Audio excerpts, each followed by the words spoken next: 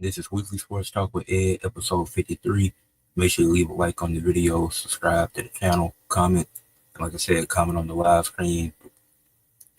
So, yeah, gonna be talking, giving our wrestling awards for the month of June. So let's get into that now. And let me move this to.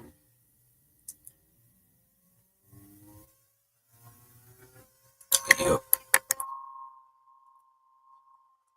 Alright, so to get into it, to start off this week's episode of the podcast, Wrestling Awards for the month of June. Each month, give out wrestling awards for each month because it's something that at the end of the month, at the end of the year, I'm gonna do an award show. So to get into it, for the MVP of the month of June for the second time this year, I think it's back-to-back months. I'm gonna give it to Trick Williams. I feel like Trick Williams had another great month. Had 3 successful title defenses against Elijah, Mike Santana, and Josh Briggs, and what were 3 great matches. He's made his run work. He's really been the main star of TNA and NXT. He's been cutting some good promos. The Hollywood Trick gimmick is working really well. So shout out to Trick Williams. So I feel like he's definitely been the MVP these last 2 months, carrying both TNA and NXT. Well, not carrying, but really putting it on his back. Because obviously Obafemi, he's not getting that same treatment like Trick Williams so far is having a better run. Or he's at least not better run, like it's similar to Obafemi as far as the run goes, but Trick has had better opponents and better storylines. Like Obafemi's next match is against Inamura, while Trick Williams' next defense is a triple threat match against Joe Hendry and Mike Santana. A story that's already been built. But Trick Williams, like the booking has been great. The matches he's put in the work, he's put in the effort, he's cut good promos, he's even wrestled in tag team matches as well. Where he did get some of his losses at, he did have a few tag team losses on Impact on NXT, but when it comes down to the big stage, to the one-on-one matches for the championship, Trick Williams ain't lost a step. When he's on his own, he's able to win. The stuff with First Class has been good, so I'll get at Trick Williams. For male superstar of the month, I'll go with John Cena. Wrestled at Money in the Bank and Night of Champions, and this is his last year. He only has 15 days left, but he really put in a lot of work this month. He stole CM Punk's pipe bomb and made it better. So that was fantastic from John Cena. And even nominated John Cena for another award for this month. Because I think the best segment for this month was John Cena stealing the pipe bomb from CM Punk. Like he stole it and made it even better. I even think MJF's pipe bomb was better. Or at least it was on the same degree as CM Punk's, the one that he did 3 years ago, if I'm not mistaken. But John Cena, I don't know when his next appearance is going to be. Well, obviously his next appearance is going to be at SummerSlam. Because I don't think he's showing up on a show before that. But John Cena had a really good month, so I give him Male Superstar of the Month for the month of June. And then the match with CM Punk, it was a good match. I don't think it was better than the Randy Orton match. It was just a lot of shenanigans, which they can't control that because they're not the ones booking the match. But it could have been better if all the shenanigans weren't involved in the match. As far as female superstar of the month goes, I'll go with Ash by Elegance. The Elegance brand still the tag team champions, and she pinned Masha Slamovich in a tag team match. And then she won a battle royal, where she didn't even really participate. She was out the ring the entire time, snuck in last minute to get the win and have the TNA Knockouts Championship shot whenever she feels like it. I don't know when it's going to happen, likely after Slammiversary, because that's going to be Masha either facing JC Jane and Jordan Grace and to become a double champion. So we'll see where that goes. But Ash by Elegance, I feel like she had a really good month, had some good matches, put the work in. The first time I gave her this award for this year, so shout out to Ash, or aka Dana Brooke. For the tag team of the month, I'll go with Jet Speed, which is Kevin Knight and Mike Bailey. It's been a weird year for tag team wrestling, which I'm gonna have to make a video about and talk about how bad tag team wrestling has been across the board this year. They got a story going with the Hurt Syndicate. I think this has been the Hurt Syndicate's best storyline that they've been given this year. Like, obviously, as far as the opponent, because the MJF stuff is obviously the best story they got. But as far as the tag team opponents, Jet Speed is probably the best story they got going into a pay-per-view. It's going to be at All In. They could have did the Hurt Syndicate versus FTR, even though it's heel versus heel. But just be it'll be a cool defense. Kevin Knight kind of comes off as a heel, but maybe he'll turn if they lose. I don't know. But I think just be they don't need to be a tag team for much longer. They should do stuff on their own. I see Mike being a tag team is weird, but they do have good chemistry. I can't lie. They do have some good chemistry, but it's just been a weird year all around for tag team wrestling. As far as most improved wrestler of the month of June, I go with Zyra Brookside. She's continued to improve each month. She won. I forgot. I forgot the name of the match, but she won a match against Rosemary. And it had some type of stipulation. I forgot. That was a good match. She just happened to have a good month overall. Looked good in the match. She's moved. I want to get better. So shout out to Zyra Brookside. Performance with that month. So I go with Slater from Team A. It's trying to get through with loose and system really ever since losing in both the X Factor for the SMX championship. So it's looking like these things are going to stay with people like me and the exhibition champion, which I'm going to I'll be happy to see that happen. I think Will Smith has to be entitled at this point. And he should move on when the world title scene once again. Continuing to be part scene in the world. I mean, the reign's been good. It's been solid. It's the second longest exhibition title reign ever. I don't think it needs to be first. They could. If he wins, then he'll definitely get the first. But I don't think he needs to do it. And then you let Leon Slater win it at Slammiversary and let Leon Slater rock. Then Moose, he moved him back up to the world title scene where he should be.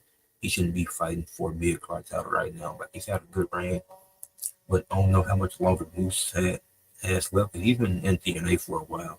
So I have him go back up to the world title scene because maybe Mike Santana wins it at Slammiversary or Trick retains. Anything could happen, but I think after Slammiversary, Moose needs to be back in the world title picture. As far as the best match of the month of June, I'd say Los Garza's defeating the Nilla Brothers, NGD, and Psycho Clown and Pagano to win the AAA tag team titles at Triple Mania. I did see that event. I made a review about that event and the match. That was one of the that was a great match in my opinion. That was one of the top matches of the year. Wasn't just the best, but I definitely put it like top 10, maybe top maybe top 7, top 8. But that was a really fun fatal 4-way tag team match, and I enjoyed it. And both Garcias getting a win, that was cool. I don't know what's next for them as far as AAA goes, because they've been featured on SmackDown too. So I'm wondering if the AAA team show up to maybe win back those titles. Because I forgot who lost them. I think NGD was the chance at that time, or a different team from AAA coming challenge them. But I'm looking forward to what they do, because they maybe heading into SummerSlam, they losing to SmackDown before that, or they lose it at SummerSlam.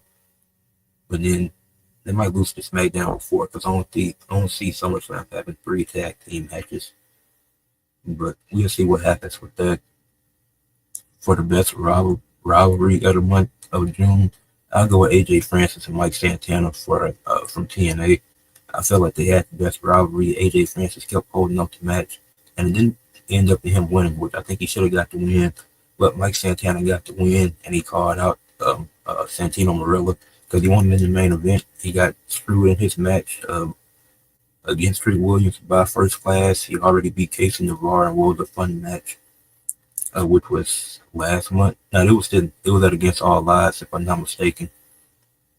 And then they made the match even bigger, making it the main event of Impact instead of being on the middle of the card on the pay-per-view. Mike Santana got the win. AJ Francis looked great. Casey Navarre still out with an injury, so prayers up to him. Hopefully he shouldn't be out too long, because First Class got a ladder match coming up soon. But that rivalry was fun. Came to an end. Mike Santana getting the win. It makes sense, because now he can go after the world title, maybe win it in the main event of Slammiversary, win it in front of his daughter. So that could be a cool moment. The best pay-per-view of the month, I'll go with New Japan Pro Best of the Super Junior 32 Finals. I gave that pay-per-view a 9.5 out of 10. not the best. It's not the best pay per view of the year, but it's definitely up there. It had some cool moments, and especially the main event with Kosei for Vita winning it, beating Yo in the Best of the Super Juniors finals match. But you had multiple matches. I think his where would go to was on the card as well. Had a good title defense. That pay from start to finish was fun. And wasn't much that I had a problem with at that pay per view. Surprise of the month. The surprise of the month has to be Cedric Alexander going to TNA because I thought he was going to AEW. I thought that was the whole reason for MJF being in the Hurt Syndicate. Now maybe plans fell through with that because I don't know what happened, but or maybe because I'm pretty sure that Cedric wanted to team back up with the Hurt Syndicate. So I don't know what could have happened. He already had a great storyline in TNA with Mustafa Ali, but I was surprised to see him debut in TNA. But good for Cedric Alexander. It's good to see him back on TV. As far as return of the month goes, I'll give it to Tonga Loa as Night of Champions. He had no botches, so good for him. But it was actually exciting to see Tonga Loa come back, help Solo, even though he still needed another Tongan to come out there and help him. But Tonga Loa's return was cool. The best weekly TV show of the month for the third time is AEW Dynamite. I feel like it's had the most consistency out of any show this year for giving it the best weekly TV show of the month for the third time this year. I feel like on the average rating it was 7.5, 7.8 out of 10. I felt like they had the most consistency. Like Collision still don't compare to Dynamite for some reason. Like it's no balance. But AEW, they do their thing when it comes to Dynamite. They book it very well. Like it's not too many problems I have with it. Like some stuff does feel like it drags sometimes, but for the most part, they've been doing a great job. And the build up to All In has been really good. You got MJF and Mark Briscoe. They're gonna start off the Casino Gauntlet Battle Royal, and from the last pay per view to building up to All In with Hangman and Mercedes winning the Owen Hart tournaments. Mercedes wrestling Mina Shirakawa, who's one of Tony Storm's best friends. So they've had Swerve and Ospreay putting him and Swerve's career in jeopardy by not being able to challenge for the world title for a year. Like they had some great stuff on Dynamite and the build to All In has been great. And then the top promotion of the month, in my opinion, for the third time was TNA with a 7.2 out of 10 overall rating. Felt like Against All Odds was a good pay per view. I think I gave it an 8 out of 10. And their weekly TV shows were very consistent. So I think that's what helped it. And AEW didn't have a pay per view. At least I don't think AEW had a pay per view this in the month of June. Now they did never. The last AEW pay per view was in the month of May, so I just had to base AEW off of Dynamite and Collision really brought it down. But TNA, they got saved by Against All Odds being a great pay per view. Because the weekly TV shows for the most part were good. It was just one bad week that they had, and then the pay per view was good too. So that's why they got the edge over Dynamite. Over AEW. But moving on to the main topic for today, the biggest losers of free agency. Now, one of these teams y'all might disagree with, which is fine. But as far as the biggest losers of free agency, you got to start off with the Bulls. It seems like the Bulls going to every offseason not knowing what the hell they're going to do. Because they traded Lorenzo Ball for Isaac Okoro. And I don't know what they're doing. What's the purpose of it? I guess you have to get off Alonzo, but the only thing you can get back is Isaac Okoro straight up. And Isaac Okoro isn't a bad player, but a straight up trade for Lonzo for Isaac Okoro, that's certainly a choice. And then you sign Trey Jones to a 3-year deal. If you needed a point guard, why not just keep Lonzo? Then you still got Kobe White, because Lonzo finna go to Cleveland and come off the bench too. So that trade was perfect for the Cavs because they get rid of Okoro, they bring in Lonzo to help their defense. He's also gonna provide better playmaking than what Okoro was doing. You don't need to allow him to score a lot of points.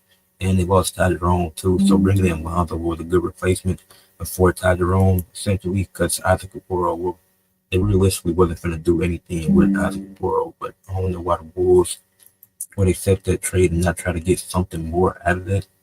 Because Lonzo for a pro just straight up, that's I don't get that. Then you brought back Trey Jones on a 3-year deal. You could have just brought back Lonzo. So yeah, I don't get that decision. That was really weird, in my opinion. Because I don't know what the Bulls, like I said, the Bulls went every offseason truly not knowing what they're going to do. They didn't get much back in the packages for DeMar DeRozan or Zach LaVine, and I felt like they could have got more. So now this team is Nikola Vucevic, Kobe White, and Patrick Williams. And it, even with an equal East, this team is still a 10 seed. The East is equal. The East is weak, and this team is still finding a way to be in the play-in. But this team has no direction. I truly don't understand what the Bulls are doing or why. Next, I put this team originally wasn't going to be on this list until the news came out that Jonas Valanciunas is returning to is going overseas. So the Nuggets are losers in my opinion because they did get some. They got Bruce Brown back. They got a few other people. They got Cam Johnson as well. They got off MPJ's durable contract. But I put the Nuggets up here for the sole purpose that you brought in Jonas Valanciunas to be a backup center, and they had no idea this was going to happen. So I'm not blaming them for this. But now he's opting out of his he's trying to get a buyout so he can go play overseas, which I don't understand why Jonas Valanciunas would do that. So like the Nuggets aren't losers because they made bad moves. Like the Nuggets made a lot of great moves in free agency. Like I said, they was able to bring back Bruce Brown. They was able to get Cam Johnson. Then they signed somebody else who I'm forgetting. But the move off MPJ was great. But I gotta look up who's the other person they got. And then because you traded Dario Saric to get trading Dario Saric to get Jonas Valanciunas, which I don't even know how they were able to pull that off because that was a fleece. That was definitely a fleece of a deal. I don't need this long article, but I can't find what I'm looking for. Actually, I can just do this. But yeah, Jonas Valanciunas, him leaving, him not wanting to play for the Nuggets is interesting because he could, but because he would have been the perfect backup center for Jokic because they don't have a backup center now. So are you really gonna trust Zeke and Najee to play those backup center minutes? I don't think so. The Nuggets, okay, I found who the Nuggets signed because the Nuggets they added Bruce Brown, Cam Johnson, Tim Hardaway Jr., and Jonas Valanciunas, and all he had to lose was Michael Porter Jr. and Dario Saric. But like I said, they're not losers because these are good pickups. But you're losing Jonas Valanciunas, and now you don't have a backup center. So if your backup center is going to be Zeke and Najee, is that really what the Nuggets are planning on doing? I mean, he survived another season there, but you had, I don't know, if it, and then they obviously couldn't have planned for this, which sucks for the Nuggets. So, but wow, like Jonas Valanciunas, I don't know why he's going overseas. Maybe it's something deeper that we don't know about, but it's certainly an interesting choice. The Warriors are definitely one of the bigger losers of free agency. They lost Kevin Looney. They've yet to sign Al Horford, who is now being rumored to potentially sign with the Lakers, or it was another team that I'm forgetting. But it's not even confirmed that Al Horford is going to the Warriors because it's been rumored. But people think, well, he's old, so it won't matter. Al Horford plays good defense and he can stretch the floor. So that's the perfect bid for the Warriors. But the Warriors' problem is they lost Kevin Looney yet to replace him. Brook Lopez was available. We couldn't get him. He signed with the Clippers, which is great for them. Because now the Clippers can throw a Lopez at you or Zubac. They can run them together. They could rotate them. Like they can do whatever they want to with them too. So it really depends on matchups because they're not going to go big too often. But you already got Zubac because Brook Lopez is going to be the backup 5. But probably got a better chance at the chip now. But the Warriors, like I said, yet to sign Al Horford, who would be a perfect addition for their team. And then if you have to move off of Jonathan Kuminga, like I don't know what's going on. Like Steve Kerr obviously doesn't want to play him, so there's no reason to hold on to him unless you plan on firing Steve Kerr, which you aren't going to do because he's won the team multiple championships already. Like he's won before KD, with KD, after KD, so you're not going to fire Steve Kerr, at least not until Steph gone. So I don't really know what their plan is, and Kuminga, what are you going to do with him? Who knows? And the Pacers, they lost Miles Turner and made no moves to replace him. So now Andrew Nembhard is your starting point guard. Pascal's gonna have to play center because Isaiah Jackson's coming off the injury, I'm pretty sure. So why would he? You can't demand starting minutes out of a guy coming off an ACL injury, if I'm not mistaken, and Isaiah Jackson. Thomas Bryant, do you really want to start him for the entire season? I don't think so. And they made no effort to replace him at all. Haven't made any moves in free agency, if I'm not mistaken. And I don't know, maybe that's all that they lost, but yeah, they haven't added anything, haven't re-signed anybody. I guess that's the same roster without Miles Turner, but some of these guys are coming off the injury. I mean, you got Benedict Mather coming off the bench, I guess. But what is Pascal role going to be? Does he stick to the four, or is Pascal running the five now? Nembhard is likely your starting point guard, which that's cool. But this team is still a good team. But Tyrese Halliburton is potentially out the whole season. So you don't really have. I mean, you got TJ McConnell, so you got a backup point guard still. So your guard depth is fine, but you don't have an actual big man. So that they might give up the most paint points in the league next season. It's so easy to get to that paint because even if Pascal stays at the, if Pascal's running the five, who's playing four? Is Benedict Mathurin starting there? Because that changes a lot with them losing Miles Turner, and now you have to lose a Miles Turner, and then you have to replace them because none of the centers we have are reliable. So what is your plan with them? What is your goal? What are you going to do with them? I don't know what the Pacers plan on doing. I don't see it working out. I don't. This team, I mean, can they? Just to name a few teams, I don't think they're better than the Magic. I don't think they're better than the Knicks. I don't think they're better than the Cavs.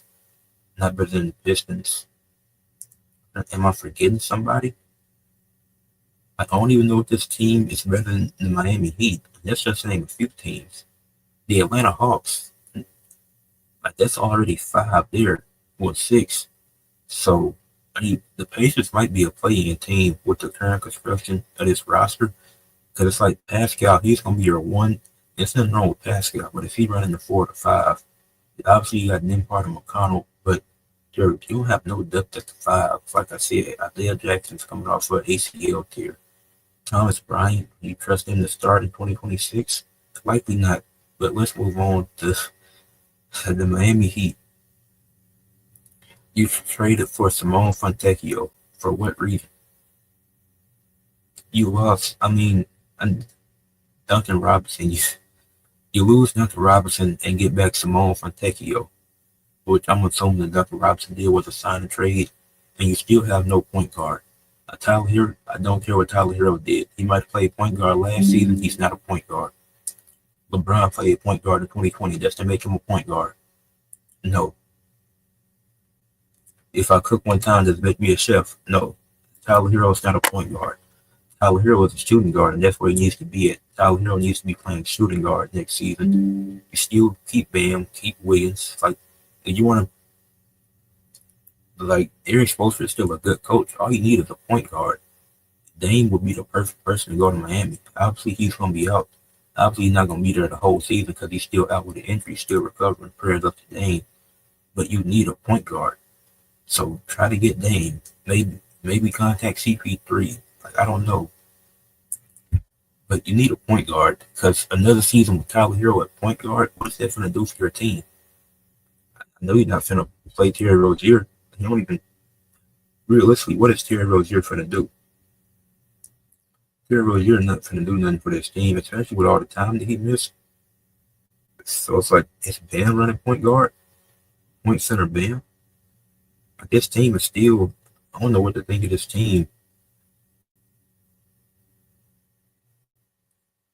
Actually, Tyler Hero didn't even run point guard last season. So I know Tyler Hero logged some minutes at point guard, but Tyler Hero wasn't playing point guard like that. Tyler Hero has been shooting guard all his career.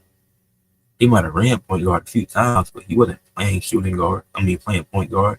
He's always been a shooting guard. So the Bucks, they lost Dame and still owe him $113 million. Signed Miles Turner to replace Dame. Have no backcourt. You have KPJ and Gary Trent. That's your team. KPJ and Gary Trent. What's this team gonna do? You have Cal Kuzma, Giannis, and Miles Turner. You have no guards. What did Gary Trent do in the playoffs? He sold. That's exactly what he did. I don't care if he dropped 40 points. He sold the game. The series should have been extended. He sold the game. But you bring back Gary Trent. You keep KPJ. What are you going to do with these two? They're the ones running the ball up the court. Gary Trent isn't a ball header. KPJ, that's who you're relying on. Giannis is out of there. If he doesn't request a trade, he's just waiting till 2027 to leave in free agency, so he don't look like the bad guy. That's all this is. Because Giannis could easily act out tomorrow, which he probably won't do. He's going to wait it out, see if they can be a top 5 team again. Maybe they get to the 4th seed in a weaker East. Maybe Giannis win MVP. Because with Miles Turner, who don't rebound, I mean, Giannis and Kuzma are going to be snagging all the boards. I mean, your defense does improve, but still, you have no guards. And didn't Pat Connaughton leave? You don't even have Pat Connaughton now. You brought back Bobby Portis and Taurean Prince, but you have no guard depth. Dame is gone. Pat Connaughton is gone. KPJ and Gary Trent are your guards. Who are your backup guards for these two? Like the Bucks, apparently the Bucks might be in the running for CP3, which that'd be good because you won't have to pay CP3 much. You already owe a lot of money to what's his name, Damian Lillard. So you're gonna have to get somebody cheap. Even with lost Brook Lopez too, but Miles Turner is better. So then you brought in that we got some random dude from the Hornets. So I don't know what that does for your team. But the Bucks, they're definitely one of the biggest losers from free agency so far. They have no guard depth at all. You just have Giannis and friends. And no, I'm not saying Giannis and Miles Turner. It's Giannis and friends. Did y'all see Miles Turner in the finals? Yeah. Good luck with that. And the Suns, they're the last team I have on this list. You somehow didn't get Jabari Smith in the Kevin Durant trade. And apparently the KD trade ain't even done. So who knows what can happen with that. You have 3 young centers and the dude from Duke. I forget his name. My bad. You got Bol. I don't know if he's still young, but he's not 30. Like he's not old. And then you got Mark Williams. So you got 3 young centers for what is your plan? I don't know what they plan on doing with these 3. So it's gonna be interesting because one of them is getting moved. I don't see all 3 of them playing. I mean, they could keep one just in case somebody get injured, but we'll see what happens. You also lost Tyus Jones, who is your only point guard. And then a Bradley Beal buyout is coming soon, which this trade has already failed. It was already a terrible trade from the beginning, and it's not going to get you anywhere. But these are the 3. These are the 7 teams I think are the biggest losers of free agency. I don't think that all the 23 other teams I didn't name are winners. They just, like OKC didn't make any moves in free agency, but I wouldn't call them a winner or a loser. Like I'm neutral on OKC. That's a team like that. Like Minnesota, they just lost Nikhil Alexander Walker, but I feel like that's good because Rob Dillingham gets more minutes in the second year. I won't call that a win or a loss. I feel neutral on that. But the Bulls, Nuggets, Warriors, Pacers, Heat, Bucks, and Suns are all losers in my opinion. And I explain why the Nuggets, even though they had a good offseason, them losing Jonas Valanciunas and not having a backup center definitely hurts them and affects them and makes them losers in this sense, in my opinion, because you have good depth now, but now you still got to demand a lot of minutes from Jokic unless you find something in free agency, unless you are able to acquire Al Horford somehow, which would be great if you can somehow get him on a lower deal and have him as a backup. So if the Nuggets can do that, then I'll take them off this list. But some teams I consider winners, some teams I'm neutral on. Like the Timberwolves, like I said, neutral. Pelicans, I think they come out as winners. They get a bit younger. They get some more chemistry with Poole and Looney being back together, but teaming up on the Pelicans this time. You bring in Sadiq Bey. Like I feel like the Pelicans team can be decent. You get off of CJ McCollum and Kelly Olynyk, who are two older guys. The Knicks brought in Jordan Clarkson, Dershawn Yabusele, and didn't lose anybody. So I consider that a win for the Knicks. Okay, see, like I said, they didn't do much. Neutral. Orlando winners. The 76ers, I feel like I'm neutral on them because they got good stuff in the draft. So free agency didn't really matter for a team like them. Portland neutral home. I feel like I still got to see what Portland does. I feel like it's still a waiting game with them. But those are my losers and some of my winners and neutrals for the NBA free agency this year. Next, moving on to the National League Central, some MLB talk, the battle for first place. The Chicago Cubs are currently 53 and 35, sitting at first in the National League Central. The Milwaukee Brewers are 49 and 39. St. Louis Cardinals 47 and 42. Pittsburgh Pirates are at 38 and 51. Then I'm gonna go through each team, talk about the things that I like or dislike about each of these teams. I can start with the Cubs. They're clearly the best team with the best record in the National League Central. Had the best home and away record in their division. Had the third best record overall in the National League. And they're definitely on pace to make the playoffs, even though they're only 4 games over the Brewers. I don't see them going on like a massive losing streak. Like Michael Bush has been good with a 28.8 batting average. Suzuki's been great leading the team in home runs and RBIs. And Cal Tucker leads the team in hits. So I felt like this Cubs team, I can see a world where they finish second in the division. But as far as it stands right now, I think they end up finishing at the top of the division, and I think they will remain top three in the National League. They've been putting together a great season. Uh, Brown, he has 91 strikeouts on the season. Bold, he has 8 wins on the season. So this team's just super consistent. Like I see this team is great. I don't think it's too much more I can say about this team. I don't see them losing. I don't see them going on like no crazy losing streak, which they really haven't. I think their longest losing streak this season is 3 games, which I could be wrong about. But their longest losing streak is just 3 games. So this team has been great this season. I definitely see them finishing at the top. I would hope that the Cardinals get that spot, but we still got to worry about the Brewers and Reds because the Brewers are right ahead of us by 2.5 games, and then the Cincinnati Reds are right behind us by half a game. So we got to take care of business, got to handle business, got to start getting some more wins. Hopefully we can get up to 50 wins. Hopefully we can leap the Brewers, and then we'll be in that race with the Cubs. I ain't expect the National League Central to be this tight this far into the season.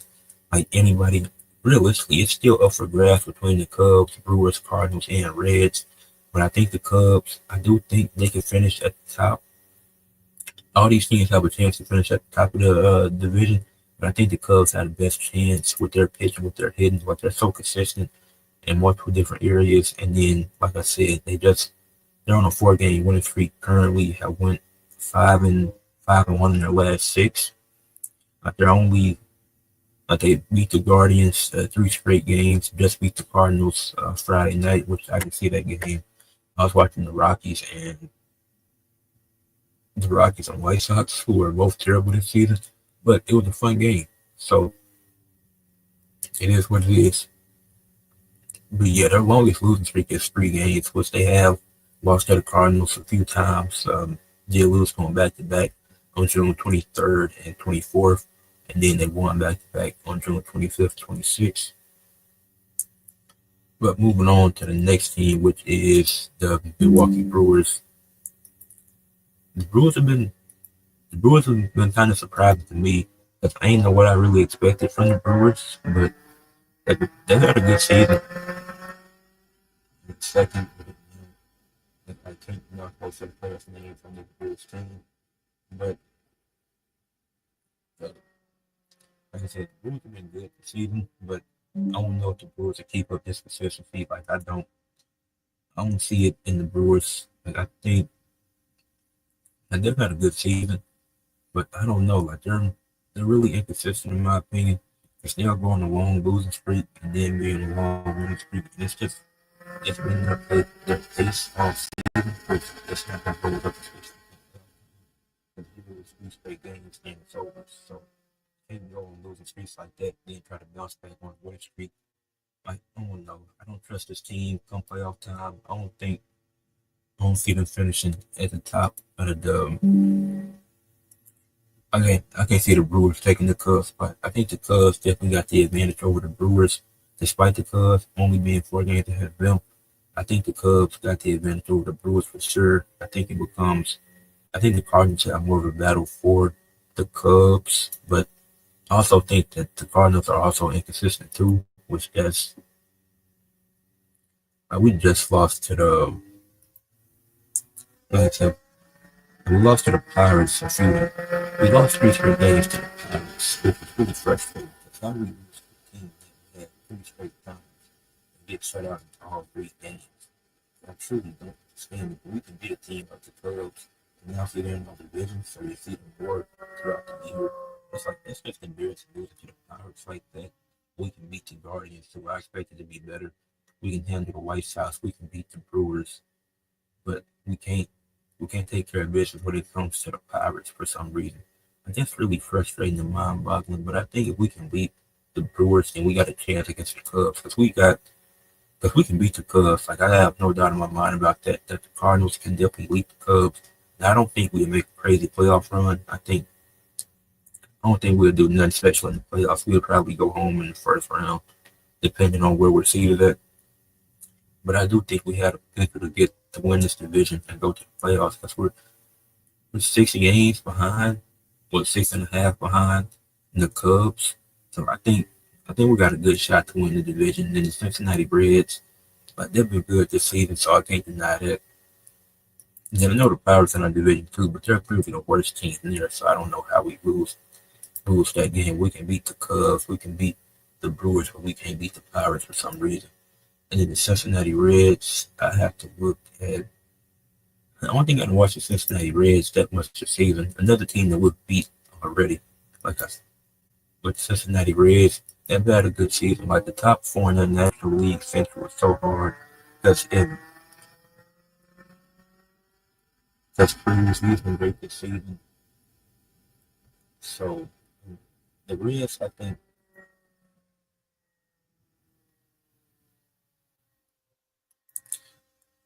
you said you think the Cardinals can get the last wild card spot. You don't know about the division. I mean, I think if we can go on a 5 or 6 game winning streak, I think we can do it because we have did that. I just think the problem is we haven't been consistent most of the year. Like we're somehow third in the we still have a pretty good record being uh with a 47 and 42 record. I thought we'd be at 500, which we were at one point in the season. We were around 500 earlier in the year, but but it's gonna be tight because I think obviously we got to worry about the Reds and the Brewers because we're right in between them. Because I think once we pass the Brewers, if we can, I mean, I really don't want to see the Pirates again. And the Pirates are 38 and 51, clearly the worst team in the National League Central. So I don't know why I just lost 3 straight games to them recently, but I think we can compete with anybody in our division. I'm not going to say anybody in the league because that'd be a lot, but anybody in our division, I feel like we can compete with. And if we can at least get to second, then I'm confident we can be a playoff team. We won't make much noise, but I'm confident we can get to the playoffs if we just get to that second spot in the division. But it would be nice if we were able to pull it off and win the division. We're just not out of the realm of possibility yet. And we are 6.5 games behind, so we need to make up a little bit of ground. But we also got to depend on the Cubs to lose, which I think we play the Cubs again soon.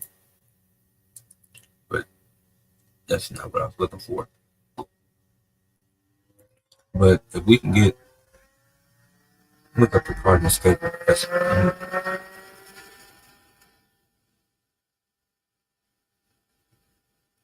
We were Thursday, so we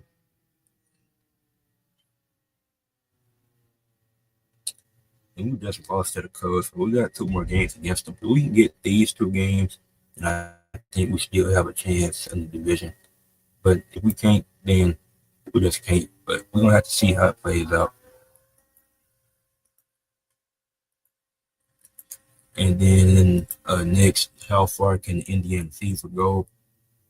Now, a lot of people think that now in the recent years, ever since the WNBA introduced the Commissioner's Cup, whoever has won it or been in the finals of it usually has deep playoff runs. I think the same story could be told for the Indiana Fever this season. They're currently 9-8 and the seventh seed in the W, but Caitlin Clark has missed multiple games, and this is a way better start than last season. They won the Commissioner's Cups without Caitlin Clark playing. People said that she was ducking Paige, which I think that's a lie. She wasn't ducking. She's actually injured. There's no. Why would she just sit out the games when she can make more money by playing? That's stupid. But Caitlin Clark, prayers up to her. Hopefully she's back from her injury soon because she is an all-star captain. Her and her teammate Aaliyah Boston are both all-star starters. Aaliyah Boston having a career year, best career field goal percentage, averaging around 15-8, and leading this team when Caitlin Clark is out, along with Kelsey Mitchell, who is my favorite player in the W. So they have a good big trio over there in Indiana. And this team is a tough team. Like this team is hard to beat. Even though they're 9-8, like they don't get blown out like crazy. And I think they end up finishing top five. Like once Caitlin Clark is healthy, I don't see your team stopping them. Like this whole narrative that they play better when she's out, that's just a lie. Like these games are more difficult when she's out because it's a whole different game plan, a whole different strategy. And even if you are winning when your best player is out, it doesn't mean that your team is better. Because if the Fever went into a playoff setting, a playoff series without Caitlin Clark, they're not winning. The same thing would be said for John Morant in 2022 when he was out with injuries, and people said the Grizzlies were better when he didn't play. No, it's harder to game plan for a team that doesn't have a star player. So that makes it easier for a team without their star player to get wins because the opposing team has to make a whole different strategy. But going to a playoff setting, then that's likely not happening. You're likely not winning a series if you don't have John Morant for the Grizzlies case. Or in this case, if the Indiana Fever were to go into the playoffs tomorrow and Caitlin Clark was ruled out, they wouldn't win that series. They'll be going up against a two seed. I think the Mercury are second in the league right now, but even because I know the Lynx are first, or it could be the Liberty. They're not going to win a series versus the Liberty, who improved their team, their championship winning team, and added another piece.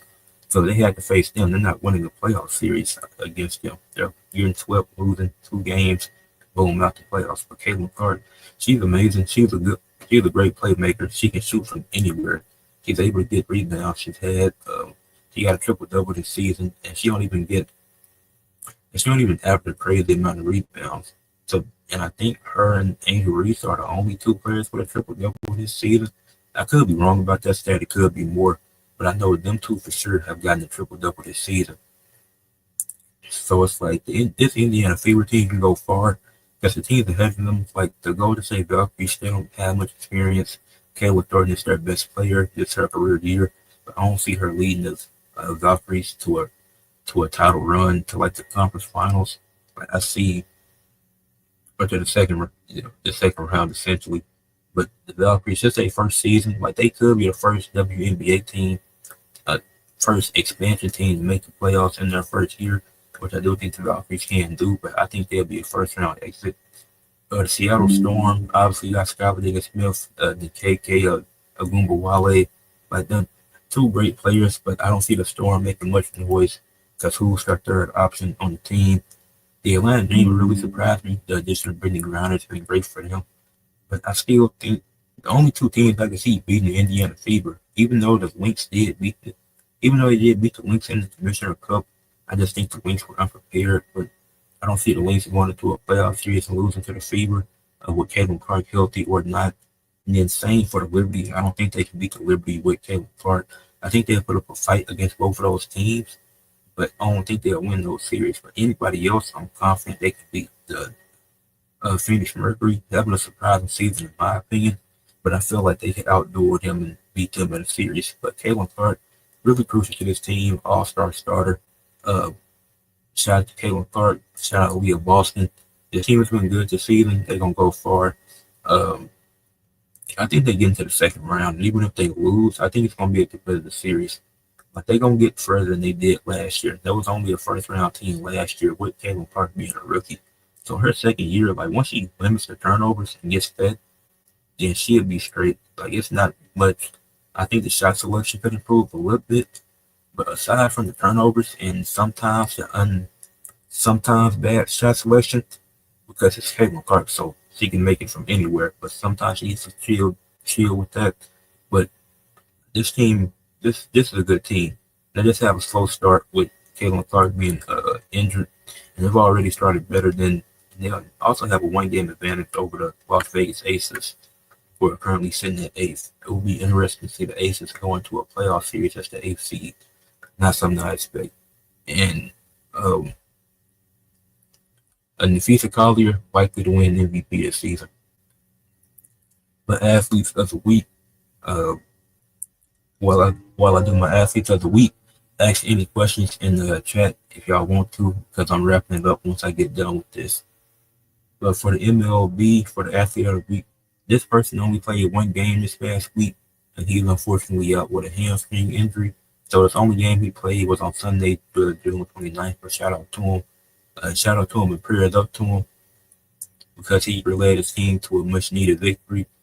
Kerry Carpenter, 3 at-bats, 1 run, 2 hits, 2 RBIs, and 1 home run, leading the Tigers to a win over the Twins 3-0. Like I explained, just one game this week, but he was super beneficial, super crucial in that game. So prayers up to him. Hopefully he comes back, recovers quickly from his hamstring injury, because you never want to see something like that. For the WNBA, I went with Avaya James, who had the Wings only played one game this week. Yeah, we only played one game this week. She had 28 points, 6 assists, and 6 rebounds on 10 of 20 from the field.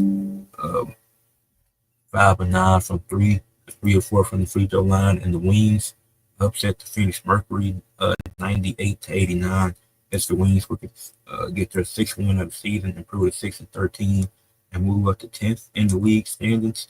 And Phoenix Mercury are now 12-6, and they fell from the second seed to the third seed. So very impressive win for the Dallas Wings.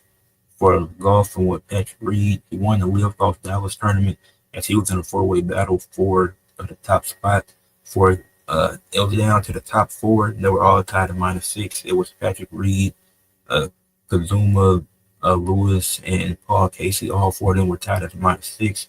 And whoever got the ball in the hole the quickest will win, or in the least amount of shots will win. And Patrick Reed did that. A very clutch performance. For the WWE, I went with Finn Balor and JD McDonough on Judgment Day. Defeating New Day was a really fun tag team match to reclaim tag team gold. So shout out to the Judgment Day. AEW, I went with MJF, won a fatal four-way versus Brody King, AR Fox, and Anthony Bowens to qualify for the Casino Gauntlet Battle Royal. Fun match, fun four-way match. I enjoyed it. Definitely the best match on Dynamite this past week. For TNA, and with Masha Slamovich retaining her TNA Knockouts Championship on Impact in a chain match versus Killer Kelly. Good physicality, no blood involved to make the match good. It was fun from start to finish. Had a good story going into it, and Masha retaining was perfect. And that concludes that for Athletes of the Week. And let me address this. Make sure y'all leave a like, comment, subscribe. And Alex, you said 2026 World Cup is rumored to have games start time at 9 a.m. in North America, at least in outdoor stadium to avoid extreme heat. I mean, it's a smart idea. I mean, I usually wake up early and I don't really watch soccer, but I check out the World Cup in 2026 because I woke up early for the Olympics, so I could do it and check out some soccer. Because I don't know too much about it, so I definitely got to get my knowledge up.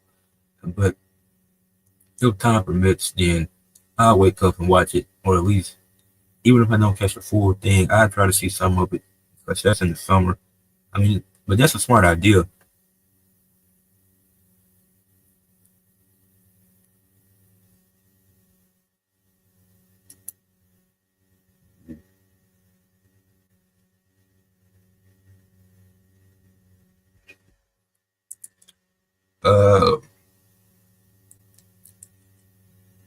if anybody's seeing this after, leave a like on the stream, subscribe to the channel, comment, share for others to see, and you're getting banned. I don't know what that was. Have a good day.